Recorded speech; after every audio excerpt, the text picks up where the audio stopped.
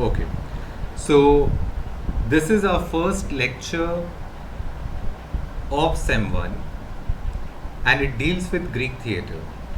And as you know, my name is Jasmeet Singh. So today this will be an introductory class on Greek theatre. So let us begin our class. Now, where did drama actually begin? We will go through some of the points of the origins of drama today. So, drama has its origin in ancient Greece. Okay, so drama has its origin in ancient Greece. We will go through some of the points that are written in the PowerPoint presentation. Greek theatre began in the 6th century BC in Athens with the performance of tragedy at religious festivals.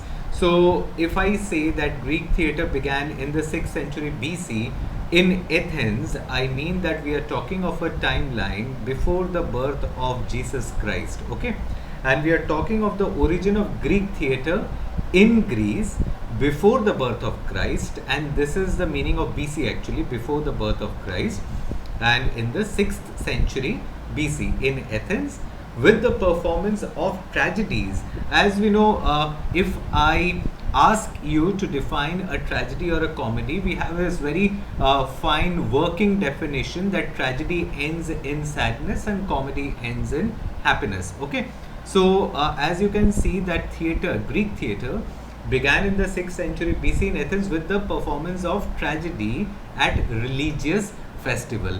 Now definitely the question arises that when I talk about religious festivals, which festival am I talking about? Actually, Greek tragedies were shown during the festival of the worshipping of Dionysius. There was a god, a Greek god by the name of Dionysius. Okay, now who was this Dionysius? If we jump to the third point in this particular presentation, you will find that one of the gods honored was Dionysius. Okay, this is the spelling of Dionysius. Now, who was Dionysius? Dionysius was the god of wine. Dionysius was the god of ritual madness. Dionysius was also the god of fertility. Dionysius was also the god of theatre.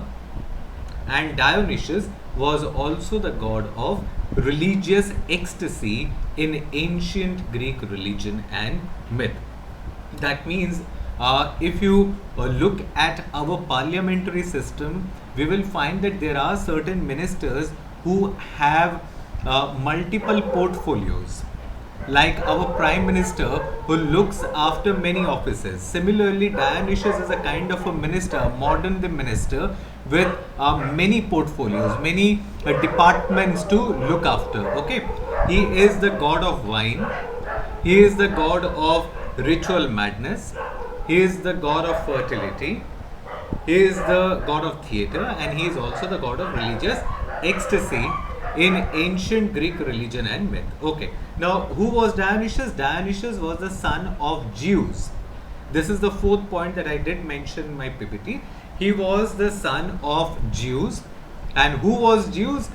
You have to remember that the other name of Zeus is Jupiter. Zeus'er arekta naam chilo Jupiter. Zeus ka aur ek naam hai Jupiter. And as with Hindu mythology, we have Shiva as the supreme god. Similarly, in Greek mythology, we have Jupiter or Zeus as the supreme god. So, who was Dionysius? Dionysius was the son of Zeus. And who was Zeus? Zeus was the supreme god and ruler of the gods. Okay, so these are the 4 points to begin with. I skipped the second point because we will come to the second point a bit later. Now we move on to our next slide. So in our first slide, we came to know about Greek theatre, the origins of Greek theatre in religion. We came across Dionysius, the god of wine, ritual madness, fertility, theatre and religious ecstasy. We also saw that Dionysius was the son of Zeus or Jupiter, who himself was the supreme god and ruler of gods. Okay. Now moving on to the next slide, we will find here that during the 5th century BC, theaters served as a platform for dramatic contest. You need to remember that during the worship of Dionysius, mane the festival in which Dionysius was actually worshipped, there was usually a competition that was held. The dramatists came to this competition to display their skill in writing plays.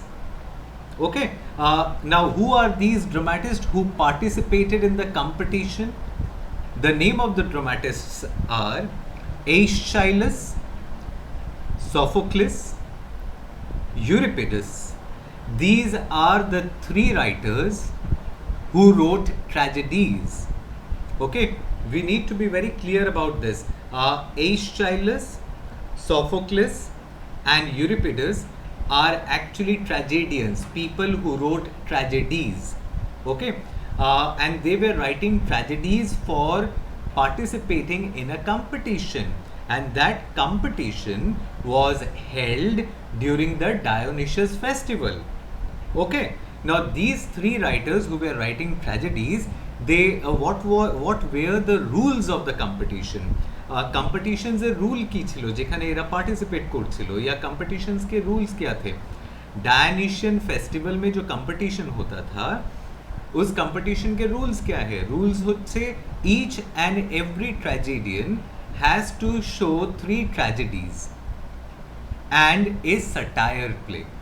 They have to show 3 tragedies plus a satire play. Satire spelling hoche SATYR. Okay, now what is a satire play? We will come to that in our next class. Today this is just an introduction. Okay, so the rules of the competitions were that each and every tragedians will actually write 3 tragedies for the stage. Those plays will be performed on the stage. Okay, so there were 3 tragedians: Aeschylus, Sophocles, and Euripides. So they need to write 3 tragedies plus 1 satire play, SATYR. And who was writing comedy? The last man, the name of which is mentioned here, is Aristophanes. Okay, Aristophanes was the writer of comedy, but Aeschylus, Sophocles, and Euripides, these are the 3 names that will be repeated again and again in your classes when they go through the tragedies during the ancient Grecian times. Okay, so we come to the second point of this particular slide. Thespis was the first actor. Now when I mention this point, you have to be very clear about the fact that during the Grecian plays, you had the prominence of the chorus. Chorus played a very important role, and we all know what chorus is. आज के ज़माने में अगर हम लोग coarse को देखें तो कोरस किसको कहते हैं?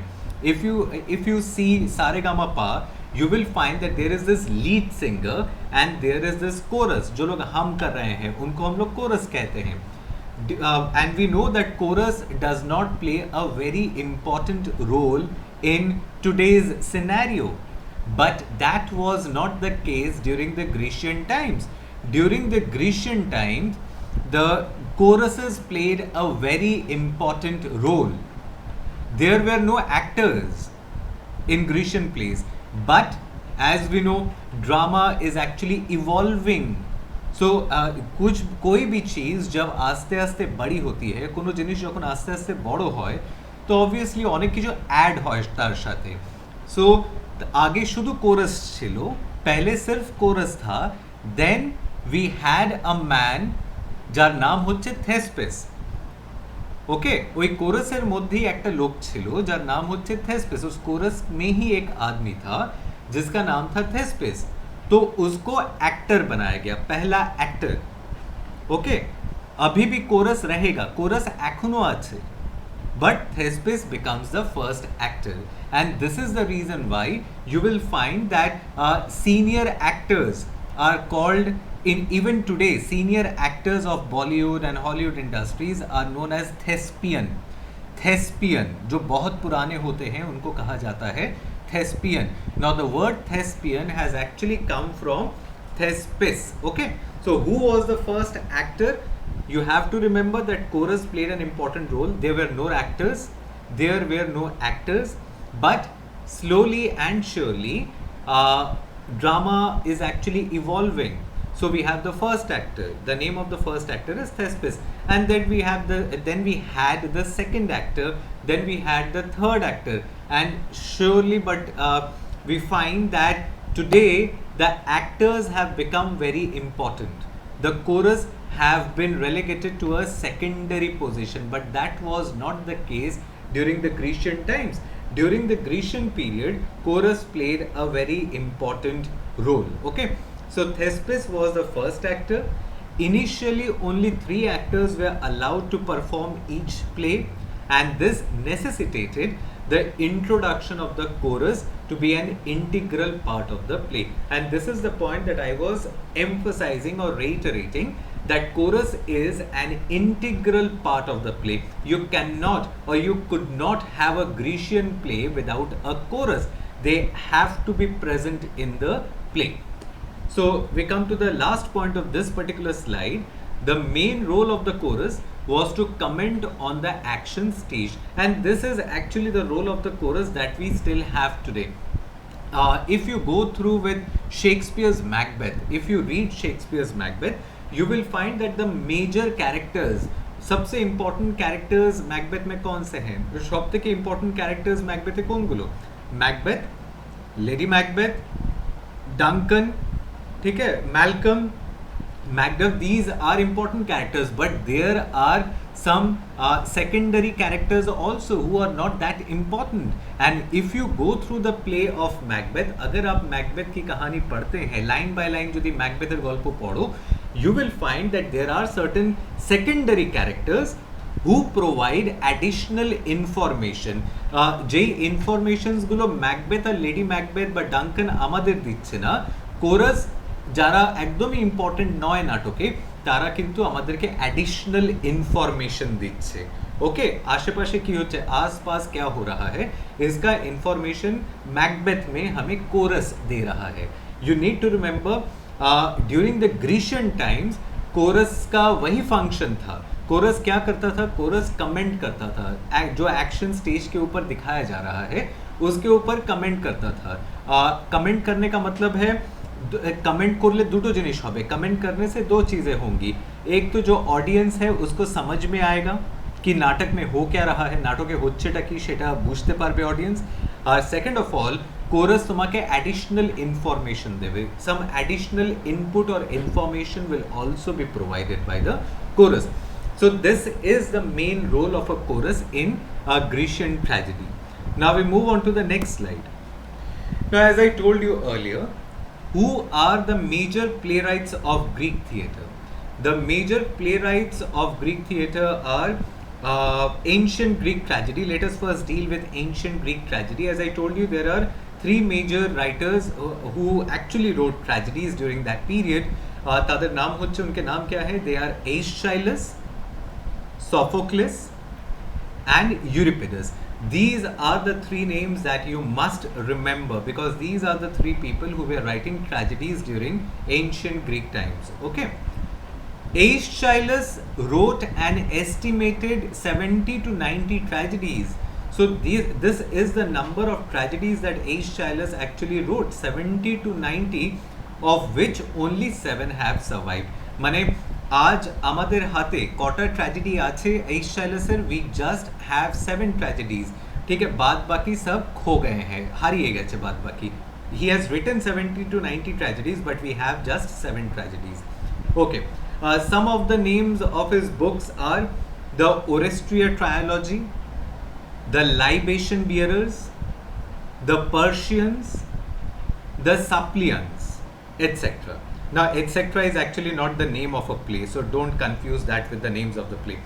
So, I have just mentioned 4 of the tragedies written by Aeschylus: the Orestria trilogy, the Libation Bearers, the Persians, the Suppliants. Okay, these are the names of tragedies written by Aeschylus. Okay. Now, Sophocles, Aeschylus, there are 3 tragic writers, as I told you. They are Aeschylus, we discussed earlier. Now this is Sophocles. Sophocles wrote 120 plays during the course of his life, but only 7 of them have survived in complete form. That means we just have 7 tragedies of Sophocles with us. Some of the books, some of the tragedies of Sophocles are Ajax, Antigone, Women of Practice, Oedipus Rex, and this is the text that we will be reading. We have this in our syllabus. And the last book that we are talking about is Electra. Okay, and etc. He has written, we have 7 with us. I have just named 4 of them, I suppose, or 5 of them. So Ajax, Antigone, Women of Practice, Oedipus Rex, Electra, etc. Okay, we come to the third person, Euripides. Euripides composed over 90 plays with roughly 18 surviving pieces. So I think Euripides is among those people जिसकी 18 किताबें हमारे पास है, बाद बाकी एइशाइलस और सोफोक्लेसের বেশি বই আমাদের কাছে নেই, বাট ইউরিপিডাসের লেখা অ্যাটলিস্ট 18 পিসেস আমাদের কাছে আছে.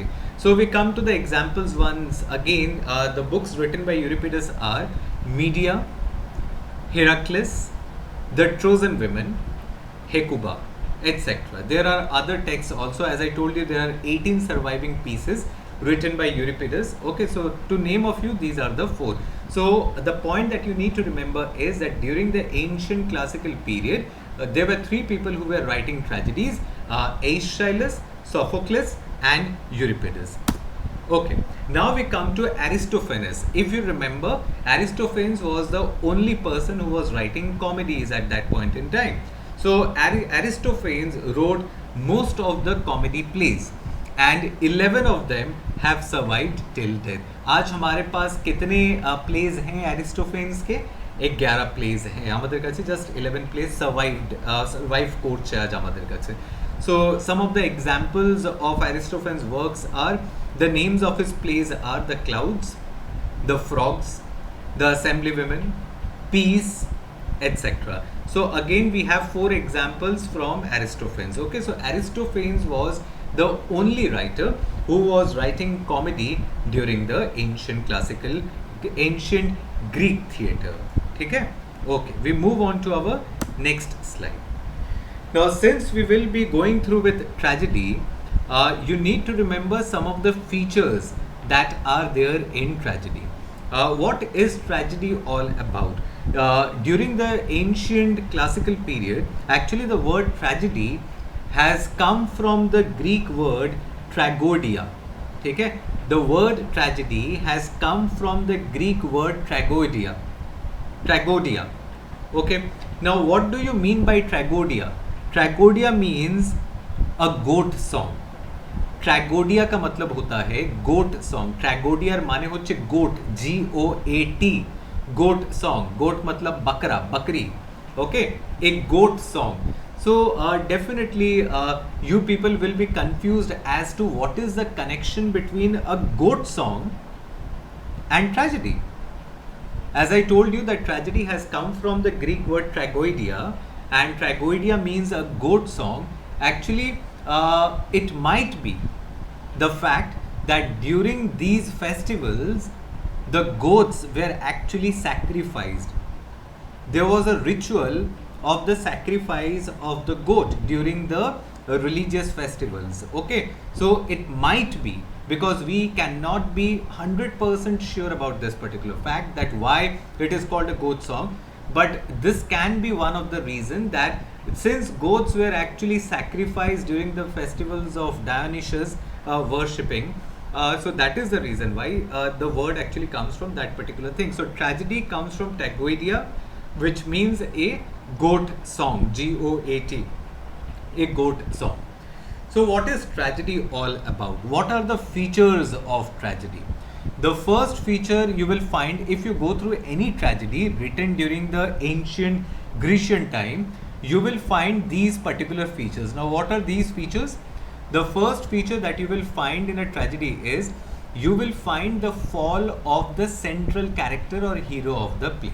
Definitely tragedy is about a sad ending.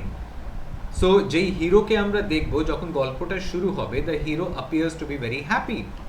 But what will happen in a tragedy? By the end of the play, he will no longer remain happy. We will find the fall of a central character or hero of the play. When we say fall, by fall I mean the downfall. Okay? Tragedy will actually show a man passing from happiness to misery. Tragedy will always show a man passing from happiness to misery. The story will actually begin with happiness and it will end in sadness. Okay, so this is the first feature of a tragedy, the fall of the central character or hero of the play.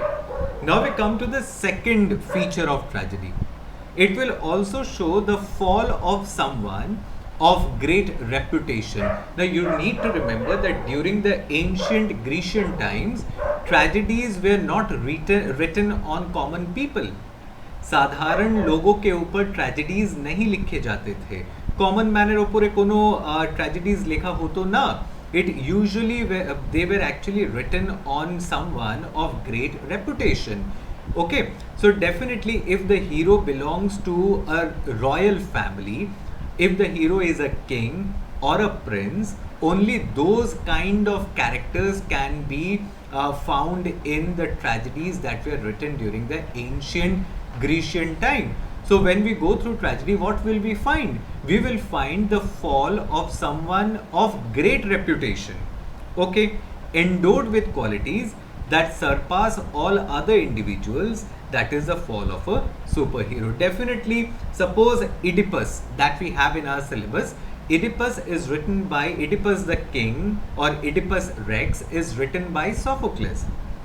We find that Oedipus, who is Oedipus? Oedipus, as the play begins, we find that Oedipus is actually a king. And ultimately, what do we find? We find the downfall of the king. So it begins from a kind of a not so very happy situation, but ends in a very sordid kind of a situation, ends in a very sad situation. Okay, so it shows the downfall of Oedipus the king, the fall of someone of great reputation, and Oedipus is of great reputation. He is the king. Okay.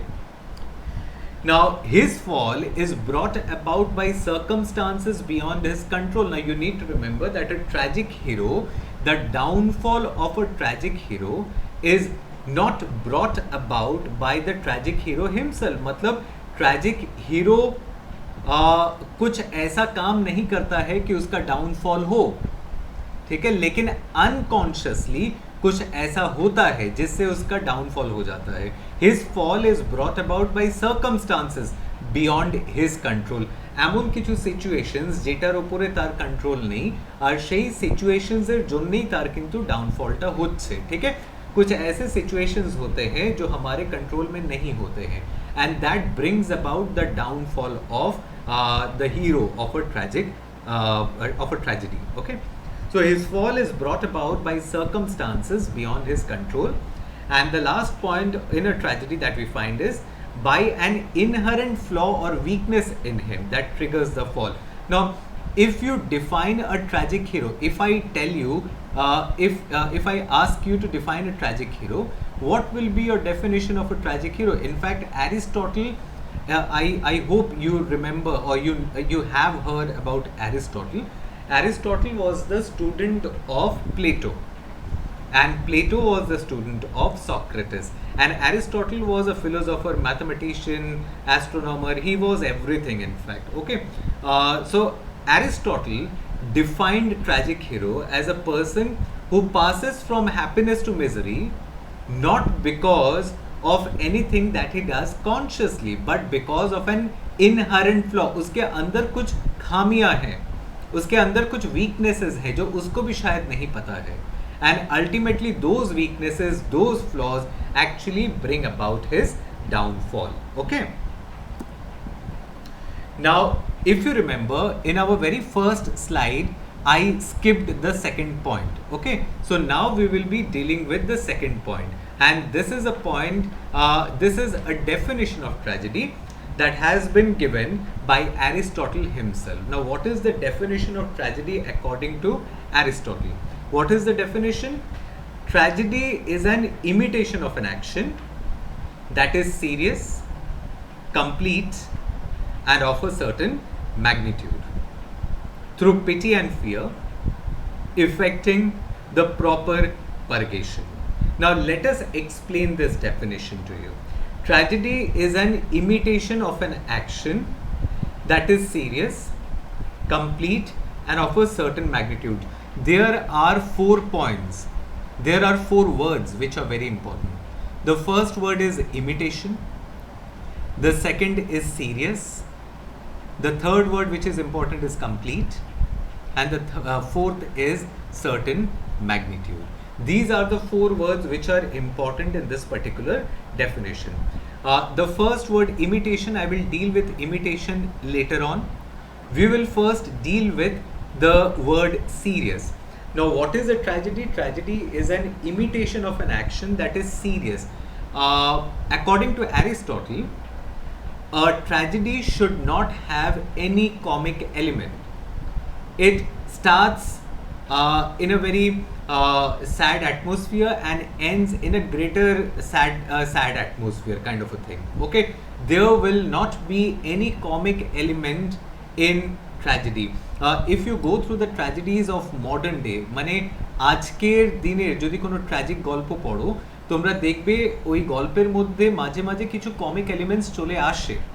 आज के tragedies अगर पढ़ोगे, आज के writers जैसी tragedies लिखते हैं, अगर उसको पढ़ोगे तो यू विल फाइंड कि आज के जैसे ट्रेजेडीज हैं उसमें कॉमिक एलिमेंट्स कभी कभी चला आता है।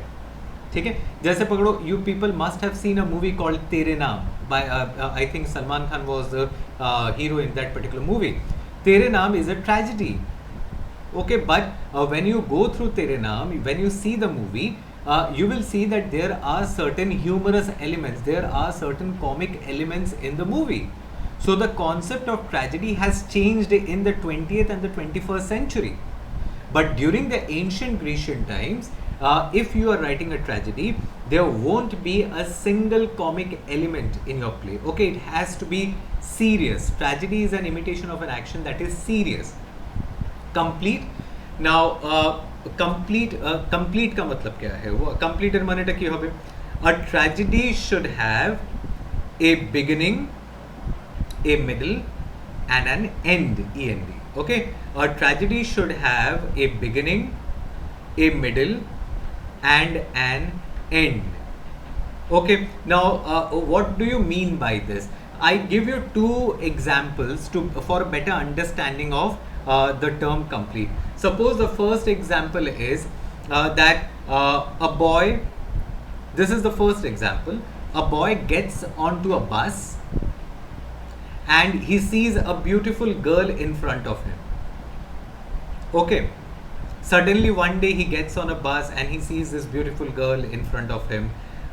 He is attracted to the girl, but the very next day the girl meets with an accident in front of the boy. This is the first example. The second example is the girl lived near the boy's house. The boy has actually seen the girl growing up. He has seen the girl completing her studies.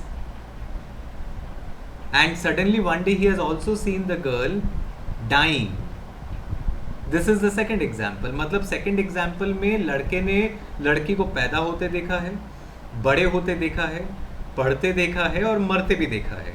तो इन 2 examples में complete action कौन सा है? Definitely the second example is the complete example because it has a beginning, because the boy has seen the girl from the very beginning. It has a middle and it has an end. But in the case of first example, you just have the middle because one day suddenly the boy gets onto a bus and he sees a girl in front of him and the next day the girl dies. This story just has a middle and an end. It does not have a beginning. So it is not complete. So according to Aristotle, tragedy is an imitation of an action that is serious. Complete means it should have a beginning, it should have a middle, and it should have an end. And now we move on to the third word, a certain magnitude. Obviously when we see a tragedy has a kind of effect on us. Okay, if we are watching or if we are reading a good tragedy, we will definitely have the effects of tragedy on us by the end of the play or by the end of a film. We definitely will be crying. There definitely a particular good tragedy will have a magnitude, and you need to remember that people who see good tragedies or people who write good tragedies, after watching the play, what we actually have is catharsis. So certain magnitude here means a kind of a catharsis. Catharsis.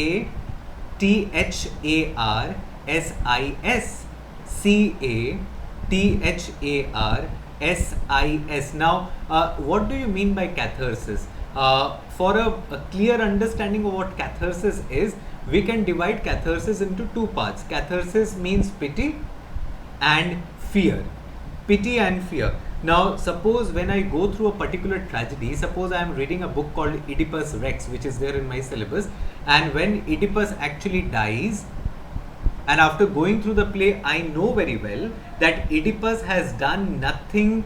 Oedipus has done nothing consciously. Each and everything that Oedipus has done, और each and every wrongs, कुछ भी जो Oedipus ने गलत किया है वो जानबूझ के नहीं किया, क्योंकि उसको पता ही नहीं था, वो जानतो ही ना जो वो निजर माँ के बिये कोर्ट से, उसको पता ही नहीं था कि वो अपनी माँ से शादी कर रहा है। वो यदि आगे ही जानतो ताहले बियेटा करतो ना, और वो जानतो ही ना जो निजर बाबा के खून कोर्ट से।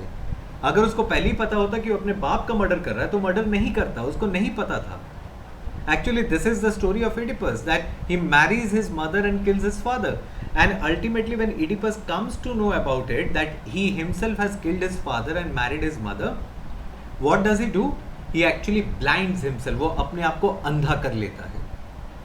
और गॉल्पुटा देखार परे we have two emotions, pity and fear. Pity means a kind of a empathy for the protagonist, for Oedipus.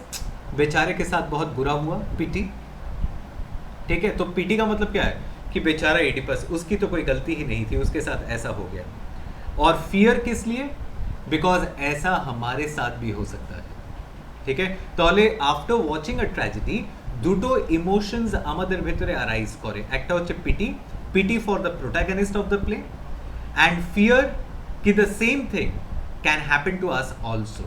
Okay, so through pity and fear, so pity and fear and catharsis becomes very important. So these are the three terms which are very important here: serious, complete, and of a certain magnitude. And when I talk of a certain magnitude, I am talking of catharsis. Okay. Okay, now naturally the question arises, if tragedy is all about crying and crying and crying, so why do we go to a theater to watch tragedy? जाते ही क्यों है? अगर रोना ही है, जो एक tragedy देखे काঁদতে ही হয়, अल्टीमेटली तो काঁদতেই হবে, তাহলে আমরা ট্র্যাজেডি দেখি বা কেন? তার आंसरটা হচ্ছে এই স্লাইডে, उसका आंसर अब हम लोग देखते हैं। Tragedy provides us a comforting lesson that through suffering man grows both mentally and spiritually. So after watching a tragedy, after watching a tragedy like Oedipus, and after going through the life of Oedipus, at the end of the play, a particular audience grows mentally and spiritually. He becomes more mature.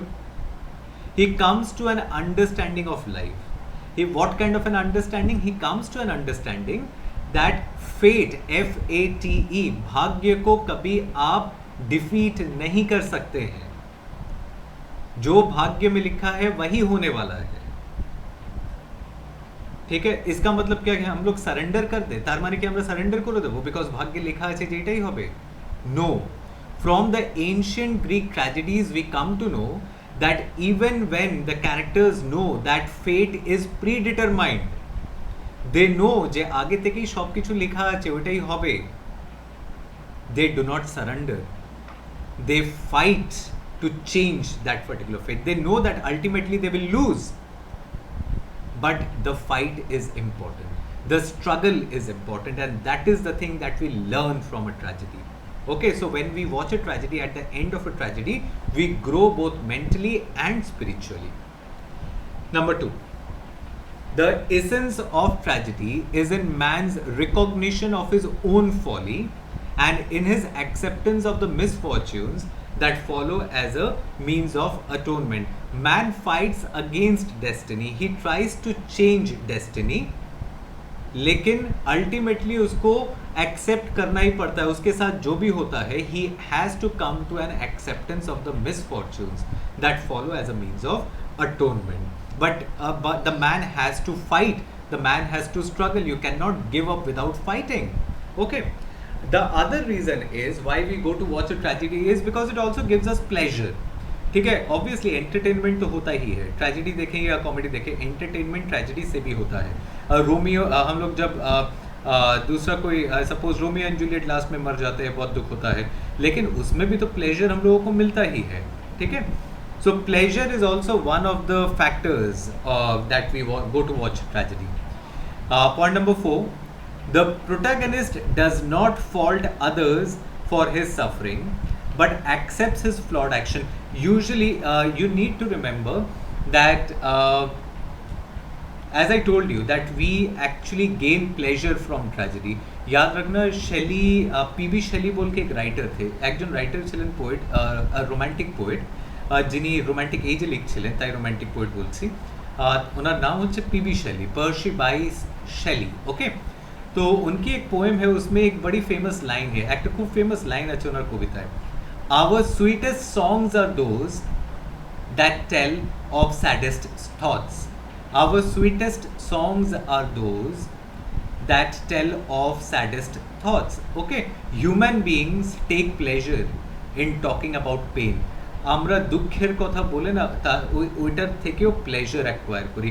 हमेशा जब भी देखना exam centre में जाओगे, if you tell your friend कि अरे আমার তো সিলেবাসই শেষ হয়নি, আমি তো এটা পড়িই নি, এই চ্যাপ্টার বাদ দিলাম, ওই চ্যাপ্টার বাদ দিলাম, your friend, the automatic reply of your friend is अरे তুই তো এটা পড়েছিস, আমি তো সেটাও পড়িনি. And we take pleasure in this. और बहुत खुश हो जाते हैं हम लोग ये जान के कि चलो कम से कम मेरा ये तो पढ़ा हुआ है, उसका तो वो भी नहीं पढ़ा हुआ है. ठीक है. So we acquire pleasure. So our sweetest songs are those that tell of saddest thoughts. Okay. Now we come to the fourth point. The protagonist does not fault others for his suffering, but accepts his flawed action, and in that moment of recognition he rises in stature. Now what happens in real life is that जब भी हमारे साथ कुछ बुरा होता है, যখন আমাদের সাথে কোনো গন্ডগোল হয় বা কিছু গোলমাল হয়, আমরা কি করি, আমরা এক্সকিউজেস দিই, আমরা we point fingers at others, we tell that I am not the one to be blamed, that is the person, that person has done this. ठीक है, मैंने नहीं किया, वो तो उसने किया. हम लोग ब्लेम लेना नहीं चाहते, लेकिन प्रेज लेना चाहते हैं. अगर कोई प्रेज कर रहा है तो सब मेरा, अगर कोई ब्लेम कर रहा है तो सब उसका. ठीक है. तो this is what actually happens in real life. But when you go through with Oedipus, you will find that the protagonist, माने Oedipus, does not fault others. He does not blame others for his suffering. In fact, he accepts his flawed actions. Whatever he has done, he accepts that. And in this moment of recognition, in this moment of accepting that he has done something wrong unconsciously, but he was the one who has done something wrong. And this recognition is very important, and since he recognizes that he has done something wrong, he does not blame others, and that is why Oedipus rises in stature in our eyes. ठीक है. जो अपनी गलती मानते हैं, ठीक है, वो लोग हमारी आंखों में काफ़ी ऊंचे स्थान पे बैठ जाते हैं. तो Oedipus লাস্টে কি করছে, Oedipus যখন জানতে পারছে যে সে নিজের মাকে বিয়ে করেছে আর বাবাকে খুন করেছে, he realizes that he is the one who has done this wrongs, and unconsciously, but he is the one who has done this. He is not blaming others, and since he recognizes that, he blinds himself. Okay, he blinds himself. वो अपने आप को अंधा कर लेता है, जाते আর এই পৃথিবী কে যেন না দেখতে পারে. Now the question naturally arises कि সে নিজেকে মেরে ফেলছে না কেন? Because তার মা তো ফাঁসি লাগিয়ে মরে যাচ্ছে. When his mother comes to know that she has actually married her child Oedipus, she commits suicide by hanging herself. Okay, but Oedipus does not commit suicide. He blinds himself. So the question naturally arises, why does he blind himself? He could have committed suicide like his mother. No, he wanted to suffer. Because वो जितने दिन जिंदा रहेगा लोग उसके बारे में जब जो भी बात करेंगे तो उसके कान में आएगा और वो सुन सुन के वो और सफ़र करेगा। अगर मर जाएगा तो যদি মরেই যায় তাহলে তো মানে ও তো ছাড়া পেয়ে গেল, उसको तो মানে হি হ্যাজ এসকেপড, ও তো কারোর ব্লেম বা কারোর কমপ্লেন শুনতেই পারবে না। তো he blinds himself, okay, he leaves his kingdom, he no longer wants to remain the king, he blinds himself and goes to a particular mountain where he will spend the rest of his life. And by doing this Oedipus actually rises in stature, আমাদের চোখে তার স্থান অনেকটা উপরে চলে যাচ্ছে। Okay, now we come to the four basic elements of tragedy. What are the four basic elements of tragedy? And two of them I have also mentioned in our earlier slides. The four basic elements of tragedy are mimesis. As I told you, imitation, we skipped that particular thing, that tragedy is an imitation of an action. You need to remember that mimesis is a Greek word which is roughly translated into English as imitation. माइमेसिस का एक rough translation English में हुआ है जिसको हम लोग imitation कहते हैं। इमिटेशन का मतलब होता है कॉपी, लेकिन माइमेसिस का मतलब एकदम इमिटेशन नहीं होता है। माइमेसिসের মানে কিন্তু পুরোপুরি ইমিটেশন নয়, তার মধ্যে একটা ব্যাপার আছে, সেটা আমরা পরে আসছি। So there are four basic elements of tragedy. The four basic elements are mimesis, catharsis, peripeteia and anagnorisis. Mimesis and catharsis, as I told you in our definitions of tragedy, in our definition of tragedy, Aristotle's definition of tragedy, that pity and fear is catharsis. Okay, the magnitude that we were talking about in the definition, we came across this word called catharsis. The other point is peripetia, and the last point is anagnorisis. So these are the four basic elements of tragedy. We will stop here in our first lecture. Next day we will move on to the four basic elements of tragedy and will explain it to you, what mimesis means, what catharsis means, what peripetia means, and what anagnorisis is. Okay, so we will be dealing about the four basic elements of tragedy in our next class. I hope you have understood this class, this small lecture on an introduction into the Greek theatre. There is lots to come, so just be ready with what we are doing. Whatever is being taught to you, you need to go through this these particular points again and again for a better understanding of what has been told you today. Okay.